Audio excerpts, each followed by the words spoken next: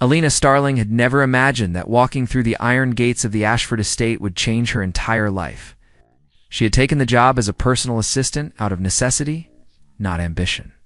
Her mother needed expensive medical treatments, and the salary offered by the Ashford family was far beyond anything she could earn elsewhere. The estate itself was magnificent, with sprawling gardens that seemed to stretch endlessly, and a mansion that looked like something pulled from a fairy tale. Her first day was overwhelming. The head housekeeper, Mrs. Patterson, walked her through endless hallways lined with oil paintings of stern-faced ancestors. Elena's responsibilities seemed simple enough: organize documents for the family business, manage correspondence, assist with event planning, and maintain the library that housed thousands of leather-bound books. She was told to be efficient, discreet, and invisible. Being invisible came naturally to Alina. She had spent most of her life blending into backgrounds, never drawing attention to herself. Her clothes were modest and practical. Her dark hair was always pulled back in a neat bun. She spoke only when necessary and kept her eyes lowered when passing family members in the hallways. In her mind, this was just a job, a means to an end. Nothing more. Then she met James Ashford. It happened on a rainy Thursday afternoon. Alina was in the library, carefully dusting the shelves and reorganizing books that had been left scattered across the reading tables. She was so absorbed in her work that she didn't hear anyone enter. When she turned around, she nearly dropped the stack of books in her arms. Standing in the doorway was a man in his late 20s, dressed casually in jeans and a navy sweater, his dark hair slightly damp from the rain. He smiled at her, and it was a genuine smile. Not the polite but distant expression she had received from other family members. His eyes were warm, the kind of blue that reminded her of summer skies. "I'm sorry, I didn't mean to startle you," he said, stepping further into the room. "You must be the new assistant Mrs. Patterson mentioned." "I'm James." Alina felt her cheeks flush. She had seen photographs of James Ashford in the newspapers and society magazines that occasionally made their way into the estate. He was always pictured at charity galas or business conferences, looking polished and untouchable. In person, he seemed different, more approachable, more real. "Sir." "I'm Alina Starling," she replied quietly, setting the books down on a nearby table. James laughed softly. "Please, don't call me sir. It makes me feel ancient." James is fine. Over the following weeks, their interactions became a regular part of Elena's day. James spent considerable time in the library, working on business proposals or simply reading. He would ask about the books she was organizing, recommend his favorites, occasionally bring her tea when he made some for himself. Their conversations started with literature, but gradually expanded to everything else: music, dreams, childhood memories, fears, and hopes. Alina found herself looking forward to these moments more than she should. She told herself it was harmless, that they were simply being friendly, but deep down, she knew the truth. She was falling for him. The way he listened when she spoke, truly listened, as if her words mattered. The way he treated her with respect, never making her feel less than because of her position. The way his face lit up when he saw her enter a room. She noticed small things too. How he always held the door for her. How he remembered details she mentioned in passing, like her love for old jazz music or her mother's fondness for white roses. How his hand would accidentally brush against hers when they both reached for the same book. And how he would pause for just a second too long before pulling away. But Alina was not naive. She understood the impossible distance between their worlds. James Ashford was heir to a fortune built over generations. She was a girl from a modest background, working to pay medical bills. This was not a romantic movie where love conquered all. This was real life, where social classes mattered, and families like the Ashfords had expectations. Still, her heart refused to listen to reason. One evening, after helping prepare for a dinner party the family was hosting, Alina was walking past the morning room when she heard voices. The door was slightly ajar, and she recognized Mrs. Victoria Ashford's voice immediately. The woman had a commanding presence, always impeccably dressed, always in control. Alina had spoken to her only a handful of times, and found her polite but intimidating. What made Alina stop was hearing her own presence mentioned. "I've noticed the way James looks at that assistant girl," Mrs. Ashford was saying to someone on the phone. Her tone was sharp, disapproving. "It's utterly inappropriate. He needs to understand his responsibilities." Elena's heart began to race. She knew she should walk away, but her feet wouldn't move. "The engagement to Cassandra Whitmore will be announced at the charity gala next month," Mrs. Ashford continued. "The Whitmore family is perfect for us. Cassandra has the right background, the right education, the right connections. This union will strengthen both families considerably." There was a pause as the person on the other end spoke. "No, James doesn't know yet," Mrs. Ashford said firmly. "Henry and I will tell him this weekend. He'll understand it's what's best. He's always been reasonable about family obligations. And as for that girl, I'll make sure she understands her place. She's here to work, nothing more." Lena felt as though ice water had been poured over her. Her hands trembled as she backed away from the door, careful not to make any sound. She hurried down the hallway, through the kitchen, out into the gardens where the cool evening air hit her face. She sat on a stone bench hidden among the rose bushes and let the tears fall. How foolish she had been, allowing herself to imagine there could be anything between her and James. He was going to marry Cassandra Whitmore, a woman from his world, someone suitable and approved. Elena was nothing but a temporary distraction. It's an inappropriate interest that his mother would swiftly eliminate. From that moment, everything changed. Elena began avoiding James whenever possible. When they did encounter each other, she kept her responses brief and professional. She stopped lingering in the library and found reasons to work in other parts of the estate. She avoided eye contact and built walls around her heart, as she should have constructed from the beginning. James noticed immediately. James Ashford was confused, then concerned, and finally determined to understand what had happened. The warmth that had existed between him and Elena had vanished overnight, replaced by a cold politeness that felt like a knife to his chest. She no longer smiled when she saw him. She no longer stayed to talk when he entered the library. She treated him like a stranger. It was driving him to distraction. He tried approaching her several times, but she always had an excuse. She was busy with tasks Mrs. Patterson had assigned. She needed to organize files in the study. She had to prepare for an upcoming event. Each rejection was delivered with perfect professionalism, which somehow made it worse. He would have preferred anger or even rudeness over this careful, distant courtesy. 3 weeks passed in this agonizing manner. James threw himself into work, attending meetings and reviewing contracts, but his mind kept drifting back to Elena. He replayed their conversations. Searching for something he might have said or done to offend her, he found nothing. Their last real conversation had been about poetry, and she had been laughing at something witty he had said about modern verse. Then came the weekend that changed everything. James arrived at the estate Friday evening after a business trip to New York. His parents requested his presence in his father's study immediately. He found them both waiting, his mother perched elegantly on the leather sofa, his father standing by the fireplace with a glass of bourbon. "Sit down," Henry Ashford said, his tone serious but not unkind. "Your mother and I need to discuss something important with you." James sat, a sense of unease settling in his stomach. His parents exchanged a glance, and then his mother spoke. "Darling, you're 29 now. It's time you settled down, started thinking about marriage and the future of this family." Victoria's voice was smooth, practiced. "We've arranged for you to spend time with Cassandra Whitmore. You remember the Whitmores, don't you? Lovely family, excellent connections." James felt his jaw tighten. "Mother, I'm not interested in an arranged relationship." "It's not arranged," Victoria said quickly. "We're simply facilitating an introduction. Cassandra is beautiful, educated, from a good family. You'll announce your engagement at the charity gala next month. Everything is already planned. You planned an engagement without consulting me?" James stood abruptly, anger flashing through him. "I'm not a chess piece you can move around the board." Henry set down his glass. "Son, this is how our world works. Strategic alliances, maintaining our position in society. Your mother and I had a similar arrangement, and we've built a good life together." "I don't care how our world works," James said, his voice rising. I won't marry someone I don't love.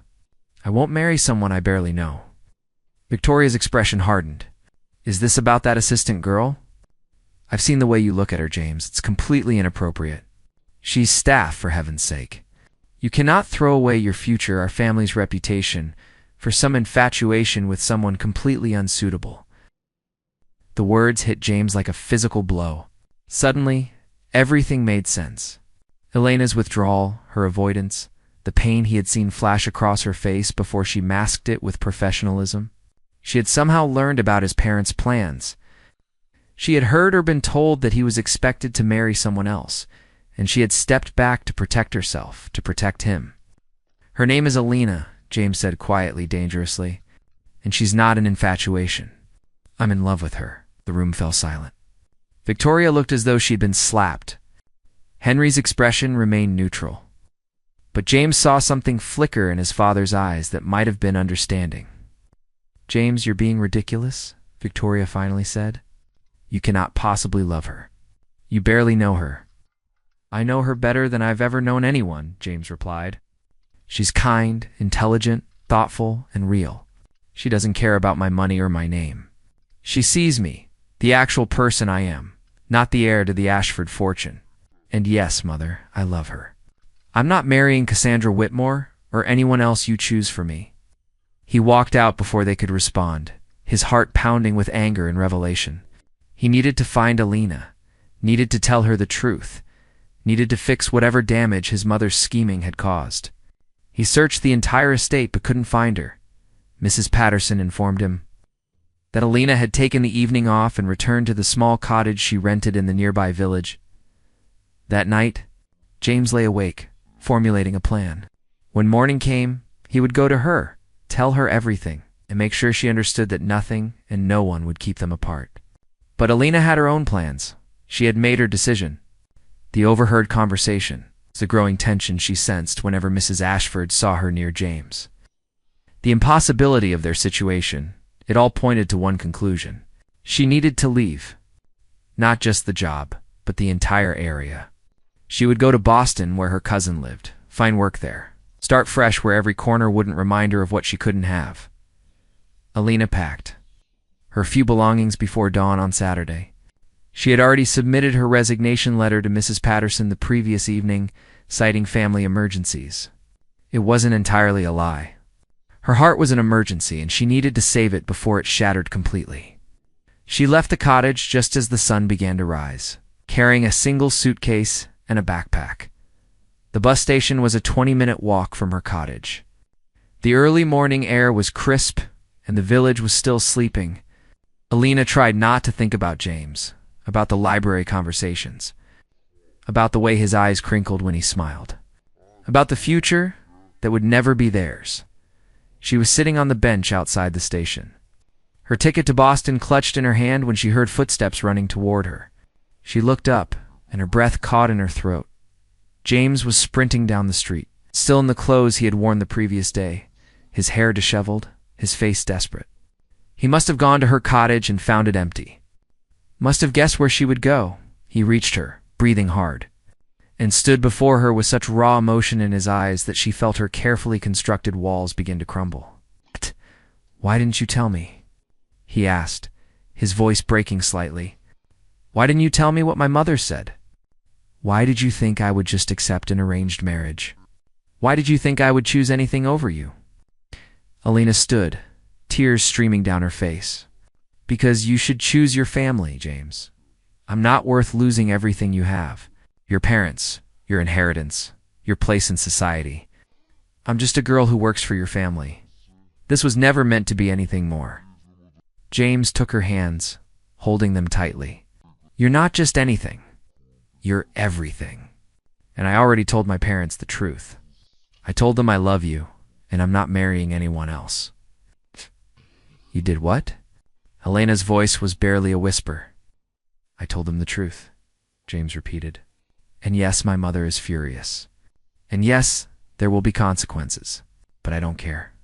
I've spent my entire life doing what was expected of me, being the dutiful son, the responsible heir. For once, I'm choosing what I want. I'm choosing you, Elena, If you'll have me. Lena looked at him.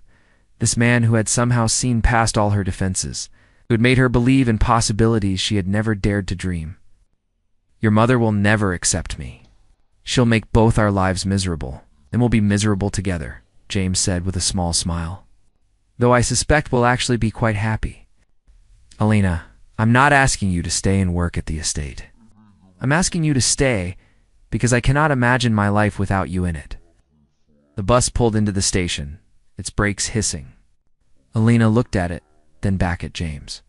Her practical mind told her to get on that bus, to run from this impossible situation. But her heart, the heart she had tried so hard to protect, was telling her something entirely different. Alina stood frozen between two futures. The bus door opened with a mechanical sigh, and the driver called out the departure warning. James still held her hands, his eyes pleading with her to stay, to choose him, to choose them. Her ticket to Boston trembled in her grip, a one-way passage to safety, to the predictable life she had always known. I can't ask you to fight your family for me, Alina whispered, though her feet remained planted on the ground, making no move toward the bus. James stepped closer, his voice urgent but tender. You're not asking. I'm choosing. There's a difference. Alina, I've lived my entire life in a gilded cage, doing what was expected, saying the right things, attending the right schools, joining the right clubs. I was sleepwalking through my own existence until I met you. You woke me up. You made me remember what it feels like to actually live, to laugh genuinely, to want something beyond duty and obligation. The bus driver called out one final warning. Alina looked at the open door, then back at James. In that moment, something shifted inside her. She had spent her whole life playing it safe, accepting her place, never reaching for more than what seemed reasonable. But standing here, looking into the eyes of a man who was willing to risk everything for her, she realized that sometimes the most reasonable thing was also the most cowardly. She let the ticket fall from her fingers. The wind caught it, carrying it across the pavement as the bus doors closed and the vehicle pulled away from the station. James's face broke into a smile so bright it rivaled the rising sun. Are you sure? He asked, though relief flooded his features. No, Alina admitted honestly. I'm terrified. But I'm more terrified of spending the rest of my life wondering what could have been. James pulled her into his arms, holding her as though she might disappear if he let go. They stood there in the empty bus station, two people from different worlds who had somehow found each other, both scared and hopeful, and desperately in love. The return to the Ashford estate was tense. James drove Alina back in his car, their hands intertwined across the center console. When they pulled through the iron gates, Alina felt her courage waver. The mansion looked even more imposing than usual, like a fortress designed to keep people like her out. Mrs. Patterson met them at the door, her expression carefully neutral. Mr. James, your parents are waiting for you in the drawing room. They've been asking for you all morning. Thank you, Mrs. Patterson, James said. He turned to Alina. Will you come with me? I don't want to face them alone, and this concerns both of us. Alina took a deep breath and nodded. Together, they walked through the familiar hallways toward the drawing room. With each step, Alina reminded herself why she had stayed. Love was worth fighting for, even when the odds seemed impossible. Victoria and Henry Ashford were indeed waiting. Victoria sat rigidly on the antique settee, her posture perfect, her expression carved from ice. Henry stood by the window, his hands clasped behind his back, his face unreadable. Both turned when James and Alina entered. So you found her? Victoria said coldly, her gaze sweeping over Alina with barely concealed disdain. I assume you convinced her to return so you could continue this foolish infatuation. Mother. It's not an infatuation, James said firmly, moving to stand beside Alina. I love Alina, and she loves me. We're going to be together, with or without your blessing. Victoria stood abruptly. With or without my blessing. James, do you understand what you're throwing away? Your inheritance? Your position in society? Your family's good name? For what? For a girl who works as an assistant. This is absurd. What's absurd, James countered, his voice rising, is arranging my marriage to someone I don't love. What's absurd is caring more about social position than actual happiness. What's absurd is treating Alina as though she's somehow less worthy because she works for a living instead of living off family money. "How dare you speak to me that way?" Victoria said, her composure cracking. "Everything your father and I have done has been for you, to give you opportunities, to secure your future." "No," James said quietly. "Everything you've done has been to secure the family legacy, to maintain appearances, to control outcomes. When did you stop caring about whether I was actually happy?" The words hung in the air like a challenge. Victoria's face flushed with anger, but before she could respond, Henry Ashford finally spoke. "He has a point, Victoria." Everyone turned to look at him. Henry moved from the window, his expression thoughtful. "When James was born, do you remember what you said to me? You said you hoped he would grow up to be happy, to find his own path, to be more than just another Ashford playing a predetermined role." "That was before I understood the responsibilities involved," Victoria said stiffly. "No," Henry replied gently. "That was before you let fear replace hope. Fear that we might lose our position, our influence, our control." He turned to James. "Son, I won't pretend I'm not disappointed that you're rejecting the path we laid out for you. But I'm more disappointed in myself for forgetting that your happiness should matter more than our plans." Victoria looked at her husband in shock. "Henry, you cannot be serious." "I'm completely serious," Henry said. He looked at Alina directly for the first time.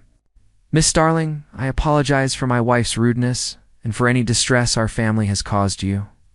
My son is a good judge of character, and if he loves you, then you must be remarkable indeed." Alina found her voice, though it shook slightly. "Mr. Ashford, I never intended to cause any problems for your family. I know this situation is complicated. I know I'm not what you envisioned for James, but I love your son. I promise you that I will never take him for granted, never use him, never hurt him intentionally." "How can we trust that?" Victoria interjected. "How do we know you're not after his money?" The question stung, but Alina held her ground. "You can't know for certain, Mrs. Ashford, but I can tell you that I was prepared to leave this morning. I was getting on a bus to Boston to get away from James, to make this easier for him. He's the one who came after me. He's the one who chose this. If I wanted money, I would have stayed and caused problems, made demands. Instead, I was running away." James squeezed her hand. "She's telling the truth, Mother. Alina has never asked me for anything. She's never treated me like an Ashford heir. She treats me like James, just a person. Do you have any idea how rare that is in our world?" Victoria was silent for a long moment. Alina could see the internal struggle playing across her face, pride warring with maternal love. Social expectation battling against her son's genuine happiness. Finally, Henry placed a hand on his wife's shoulder. "Victoria, we have a choice here. We can insist on our plans and lose our son in the process, or we can adapt, accept, and keep our family together.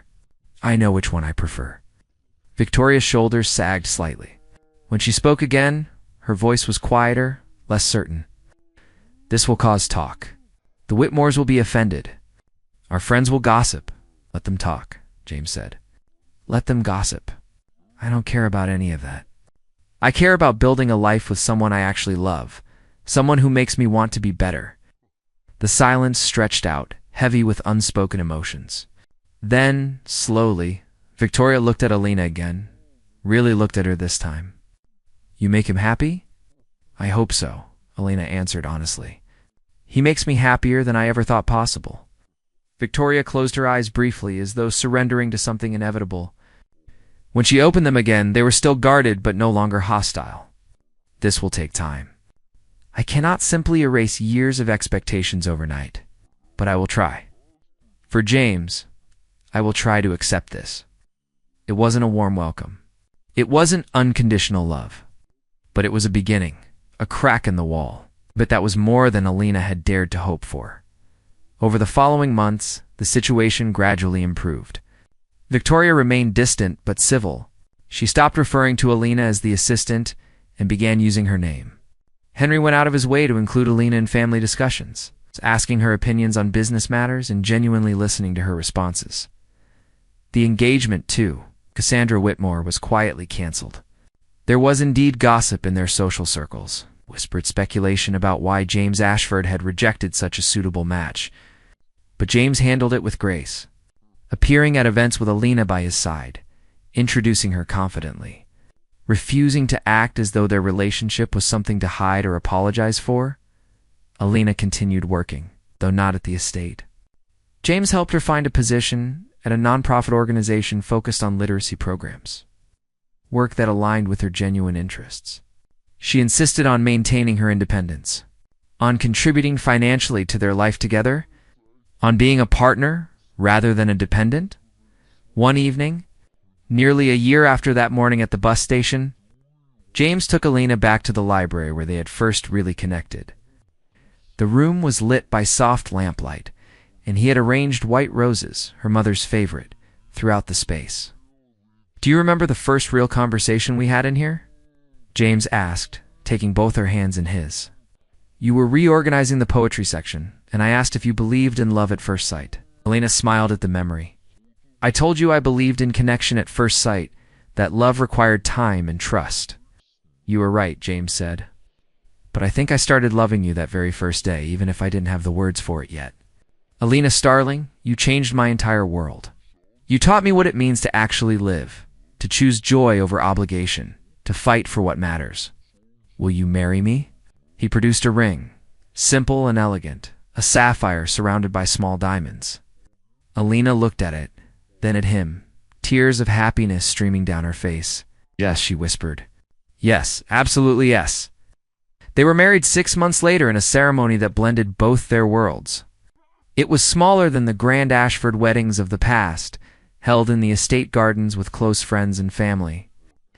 Alina's mother, healthier now thanks to the treatments they could finally afford, cried happy tears throughout.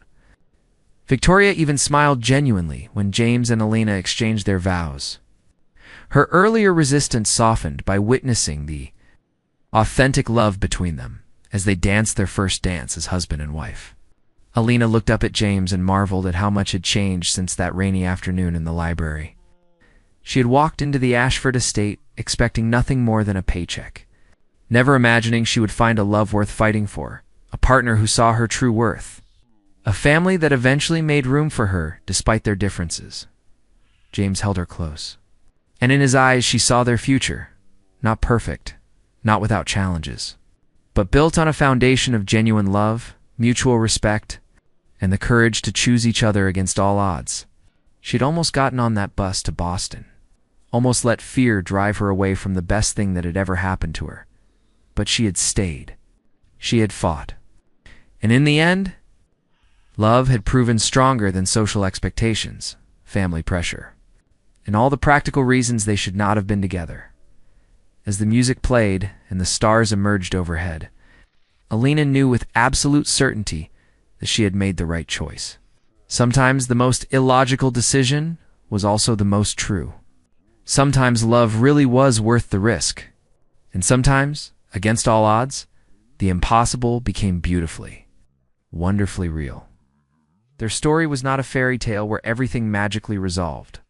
It was something better, a real love story, with struggles and compromises and hard-won victories, where two people from different worlds chose to build a bridge between them and create something entirely new. A love that survived doubt, overcame obstacles, and emerged stronger on the other side, and that, Alina thought as James spun her across the dance floor, was worth more than any fairy tale ending could ever be. Thank you for taking the time to listen to this story. If you've enjoyed this content, don't forget to share this story with your friends and family, and subscribe to the channel so you don't miss out on more meaningful stories.